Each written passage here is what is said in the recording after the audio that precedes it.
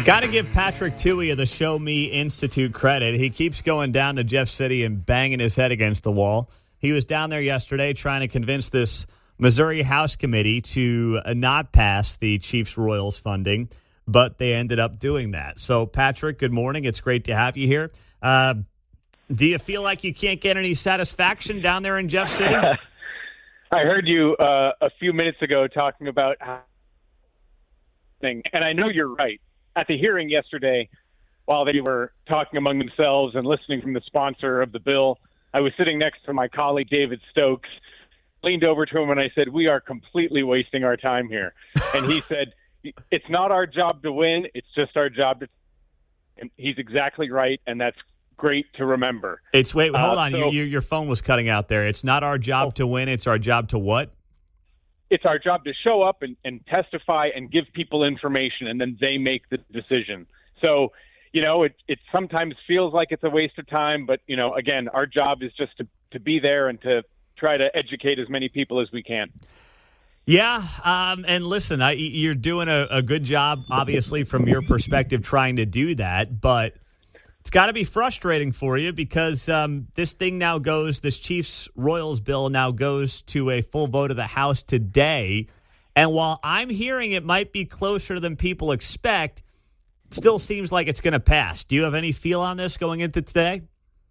It passed overwhelmingly a few weeks ago. I don't think anything will change. Maybe a few people change their mind, but that's largely due to, I think, people around the state paying attention, maybe calling their representatives. The facts really haven't changed. This is a bad deal. So, again, I expect it will pass. I expect the governor will sign it. And, again, this is just what we do in Missouri. The heartbreak, really, is that that's a room full of elected Republicans. And it's true with Kansas as well. And it's not enough for people to vote for one political party and think that they've done their job. Because what we learn in the Midwest is that both parties are just as bad as these type of deals. Teams or really anyone, corporations that want the state to pay for their corporate headquarters, to give them subsidies, are pushing on an open door. And too many legislators at the state, county, and city level are just absolutely begging to give these guys money. Patrick Tuohey is joining us. He was down in Jeff City yesterday. Was there anything that stood out to you yesterday being down there? I know you were there 2 weeks ago to testify in front of the Senate. Then you were there yesterday to testify in front of the House Committee. Was it more or less the same dog and pony show? Was there anything different, unique, that maybe gave you some pause for optimism from your perspective? No, nothing that made me more optimistic. It was largely the same, which is, we love these teams, kind of the whole romantic argument you hear all the time. But, of course, this is a bottom line deal. It was interesting to hear the woman who spoke on behalf of the Missouri Department of Economic Development said that she was under a non-disclosure agreement from the teams. And I thought to myself, what is that all about? The teams, it's not as if the Chiefs are negotiating with the state against another football team that wants to come in and they want to keep that deal quiet. And how can an executive agency sign an NDA and then go before a legislative oversight committee and refuse to answer questions? I mean, she wasn't asked any tough questions, but I really don't care for that at all. And I know that there are other people involved in this process, county level officials who I'm pretty confident have signed non-disclosure agreements, and that's just not a good look for democracy, I guess, no matter what your party is. Well, they're employed by the taxpayer. Why would they be allowed to have a non-disclosure put forth by the teams?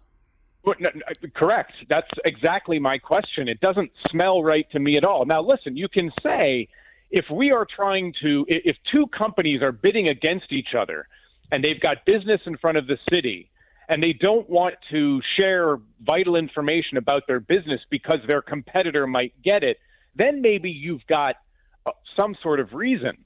But when you're negotiating with Jackson County or Clay County or the city of Kansas City or the state of Missouri or Kansas, you're asking for subsidies, but there's not like another football team or another baseball team. They just don't want the public to know about how much money they have or how much money they're willing to spend on this or something. And that's really unsettling to me.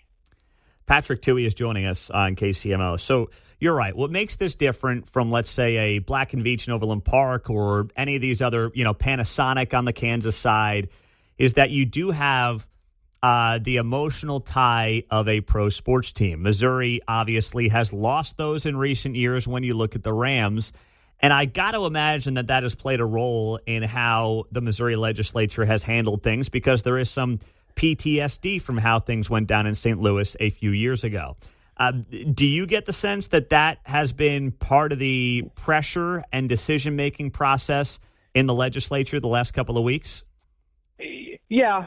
I mean, certainly the people who want the subsidies or who support this deal want to use the fear of losing the teams. But, I wish I had a chance to rebut kind of every argument I heard yesterday or that I hear in general. Recall that Stan Kroenke didn't take the team to Los Angeles because they offered him a better package. They offered him zero. He went to Los Angeles because it's a better market. And, my colleague David reminded me yesterday, there are 4 downtown stadiums in St. Louis. They have 4. If you were to argue that downtown stadia drive economic development, then St. Louis should be an absolute panacea, but it's not. And it's not because the city can't deliver basic services. And that's why teams leave. If you can't provide for public safety, if businesses don't want to invest, then teams don't want to stay there. And that's what cities need to do. But instead, they don't want to do that hard work, and they instead just want to give money to billionaires to do, frankly, what they were already going to do. The Chiefs and the Royals aren't going anywhere, but they know how this game is played. And yesterday in my testimony, I was able to rely on your interview with Kansas Senate President Ty Masterson, who I think pretty much hemmed and hawed in your interview and made it clear that he understood that Kansas was being played.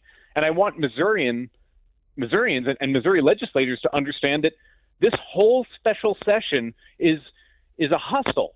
The teams are trying to create an artificial competition between the states so that they can exact more deals. And when they get this deal, they're going to come to Jackson and Clay County and do the exact same thing. They're going to play us against each other to extract the best deal for themselves. Well, the state of Missouri was never involved in the Chiefs and the Royals, certainly not nearly to this level that they are now going to be if this bill does pass. So, if they want to be good stewards, couldn't they say, hey, you know what? We don't actually need anything from the county or the city anymore, because now we're getting up to 50% potentially from the state of Missouri. Wouldn't that be the nice thing to do? That would be the nice thing to do. And certainly that is true. With the state providing them money, they may not need as much of an ask from Clay County, for example, which really doesn't have the population density to generate a sales tax like Jackson County does. But if there's money on the table, those guys are going to try to vacuum it up. So they may not need as much, but the argument is going to be exactly the same. And again, I get it. If I were a team owner, I would want to take every tax dollar I could. Okay, so let me ask you this then.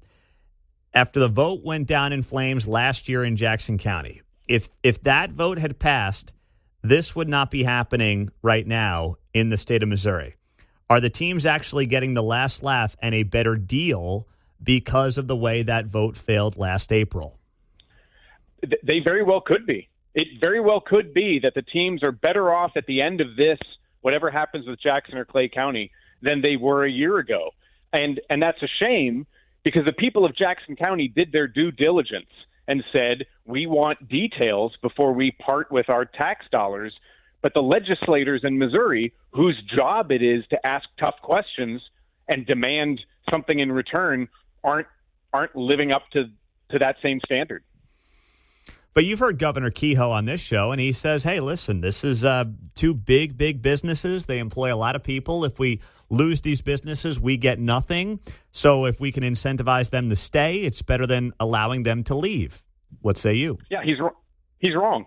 He's wrong, and he doesn't know what he's talking about. He hasn't probably read any of the economic development research, and I suggest that because the pamphlet and the numbers he's relying on are provided by the chiefs and the royals themselves. I mean, good Lord, you don't need to be an economist to understand that the people who are asking you for money have an interest in the information they provide you. So, again, it's really frustrating. Our last Missouri governor spent money like it was going out of style, and now our current Missouri governor wants to spend even more money. So there's nothing about this political party in Missouri that is fiscally conservative or even paying attention to finances. They just want to spend. All right, Patrick. We'll see how it plays out the rest of the week, my friend. Thanks for being here on KCMO. Hey, it's my pleasure. I'll see you soon. All right, there you go. Patrick Tuohey on 95.7 FM.